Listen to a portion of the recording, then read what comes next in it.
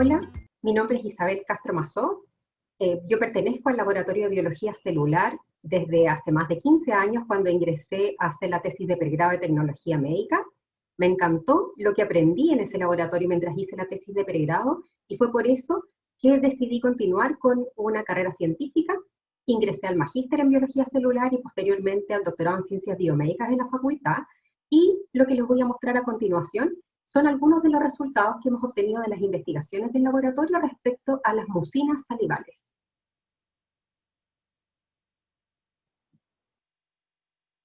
Lo primero que tenemos que saber es que la saliva no está constituida solamente por agua, sino también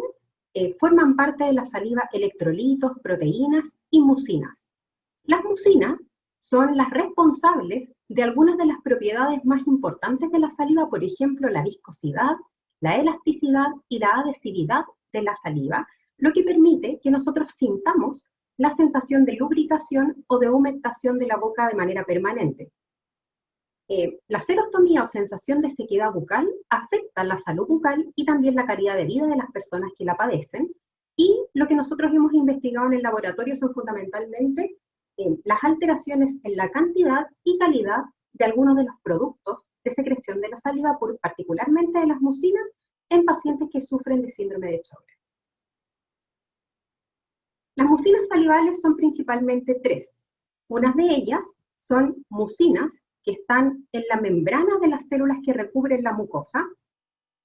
Hay otras que son solubles, eso quiere decir que forman parte de la saliva, por ejemplo MUC7, que es muy importante porque tiene capacidad de unir microorganismos y de esa manera estar favoreciendo permanentemente el que nosotros atrapemos los microorganismos y podamos ir haciendo una limpieza de la boca cada vez que tragamos saliva. Y además MUC5B, que cumple una función particularmente importante en la lubricación porque tiene muchos azúcares que terminan en grupos que son altamente cargados de manera negativa, y eso favorece la retención de moléculas de agua, y por eso MUC5B es la mucina más importante para la hidratación y la humectación de la mucosa bucal.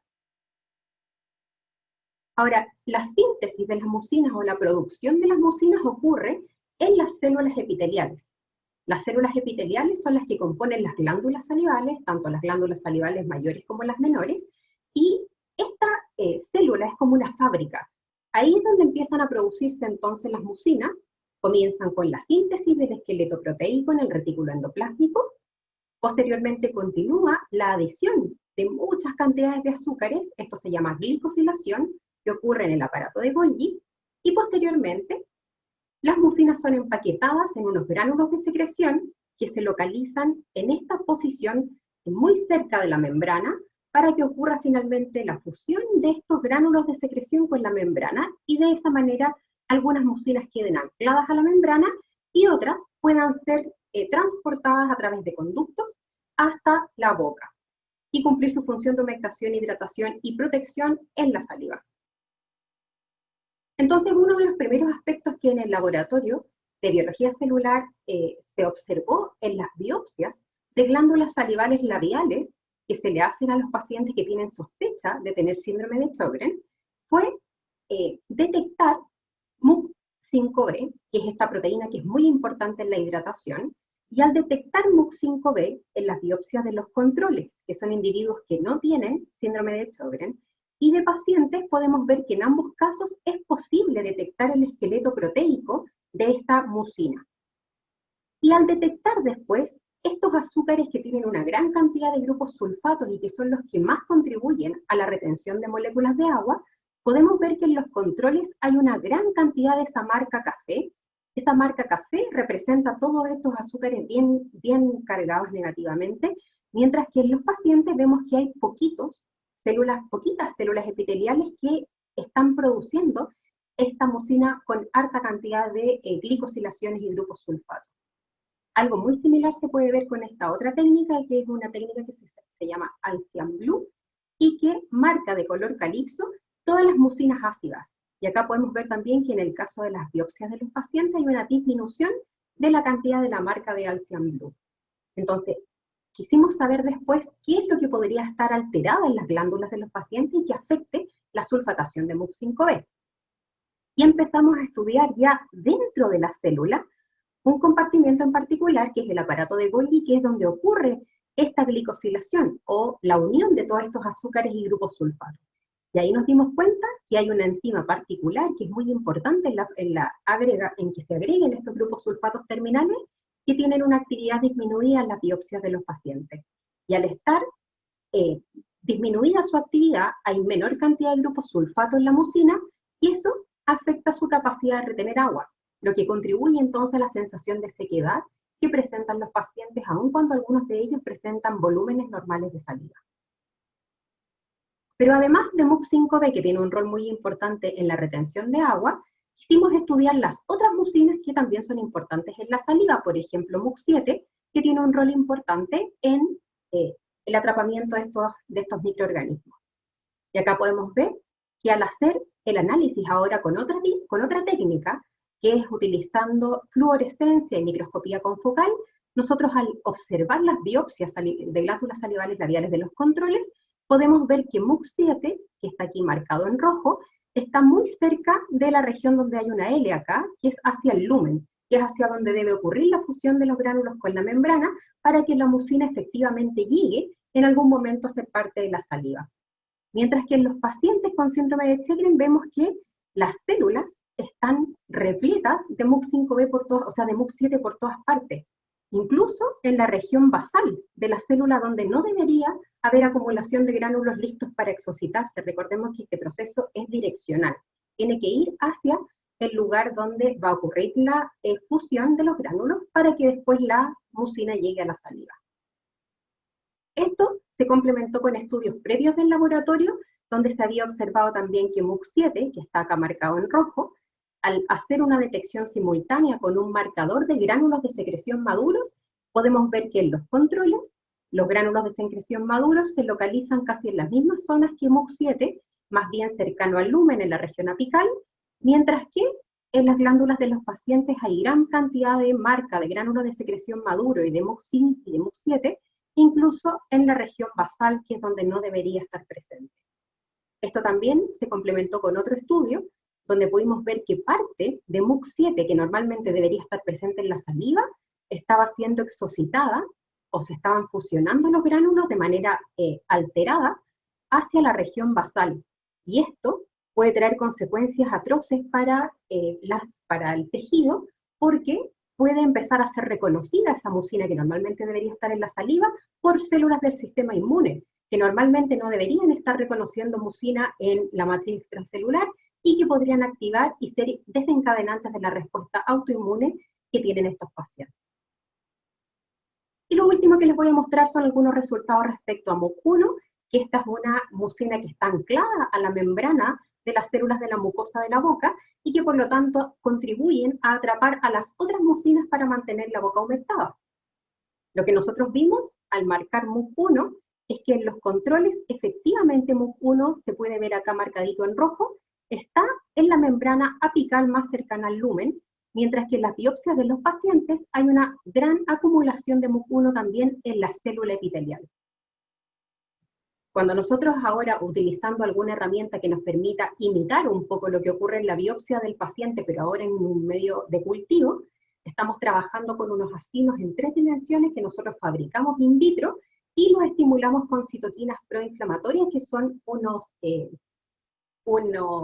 factores solubles que cuando hay mucha inflamación están aumentados y que normalmente están aumentados en las biopsias de los pacientes. Entonces nosotros lo que hicimos fue in vitro estimular estos acinos que nosotros fabricamos en el laboratorio y al estimularlos con TNF-alfa podemos ver que ocurre algo similar a lo que ocurre en las biopsias de los pacientes, que hay un aumento en la cantidad de MUC1 y una acumulación. Entonces podemos ahora, usando esta herramienta in vitro, hacer análisis que nos permitan determinar qué agentes podrían tal vez revertir esta acumulación de MUC1 o disminuir la inflamación in vitro. Y esto que estamos haciendo nosotros entonces con este cultivo en 3 dimensiones fue reconocido hace poco en una editorial de una revista que se publica en Inglaterra, donde están destacando la relevancia de los estudios que hemos hecho este último tiempo en el laboratorio utilizando estos acinos en 3 dimensiones que nosotros tenemos en cultivo y que nos va a permitir posteriormente estudiar si es que algunos agentes podrían servir para disminuir la inflamación o mejorar la función glandular en las biopsias de los pacientes. Eso es lo que quería mostrarles hoy, y a continuación solamente quisiera cerrar con una imagen que para mí es muy significativa. Acá estamos hace un par de años atrás en un congreso internacional mundial de síndrome de Sjögren, en donde tuvimos la oportunidad de presentar los trabajos que estamos realizando en el laboratorio, y aparecemos acá con Sergio González, María José Barrera y la doctora María Julieta González, quien fue ella quien hace más de 20 años comenzó a estudiar esta patología en conjunto con el reumatólogo de nuestro grupo, que es el doctor Sergio Guillermo Covarrubias, y ha sido muy importante en mi formación científica, ha sido una inspiración en esta carrera que he comenzado, y quería rendirle también este pequeño homenaje a la profe Julieta González, que es la líder del Laboratorio de Biología Celular y que también es un referente, se ha convertido en un referente internacional en el estudio de esta patología. Para quienes estén interesados, ahí están mis datos, mi correo electrónico, si es que tienen alguna duda o si les interesó el tema, para que podamos conversar. Muchísimas gracias por su atención y hasta pronto. Hola a todos, mi nombre es Lourdes Figueroa y soy estudiante de quinto año de la carrera de Tecnología Médica con mención en Bioanálisis Clínico Molecular, Hematología y Medicina Transfusional de la Universidad de Chile. Además, soy tesista del Laboratorio de Biología Molecular de la Facultad y mis tutoras son la doctora Isabel Castro y la doctora María Julieta González. Básicamente, mi tesis es sobre medir los niveles de expresión de glicositransferasas de la vía de oligosilación de las mucinas, que son aquellas glicoproteínas que les habló anteriormente la profe Isa, y las cuales van a ser medidos en biopsia de glándulas salivales de pacientes que tienen síndrome de Sjögren, cuyos resultados van a ser comparados con pacientes controles para ver si es que hay alguna diferencia en cuanto a temas de expresión de estas enzimas. La tesis en general que tenemos, la hipótesis, perdón, es que estas enzimas estarían, tendrían sus niveles de expresión más disminuidos en comparación con control. Lo que me motivó a unirme a realizar la tesis en este laboratorio fue principalmente la motivación de los integrantes de este equipo, los cuales cumplen un rol fundamental en la investigación y en la labor científica en torno a esta enfermedad que, si bien es bastante frecuente, no es tan conocida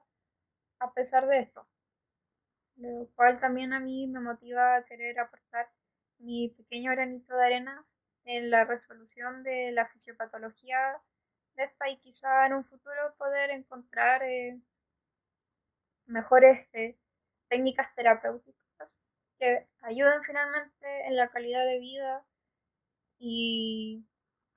en general para las personas que sufren de esta enfermedad.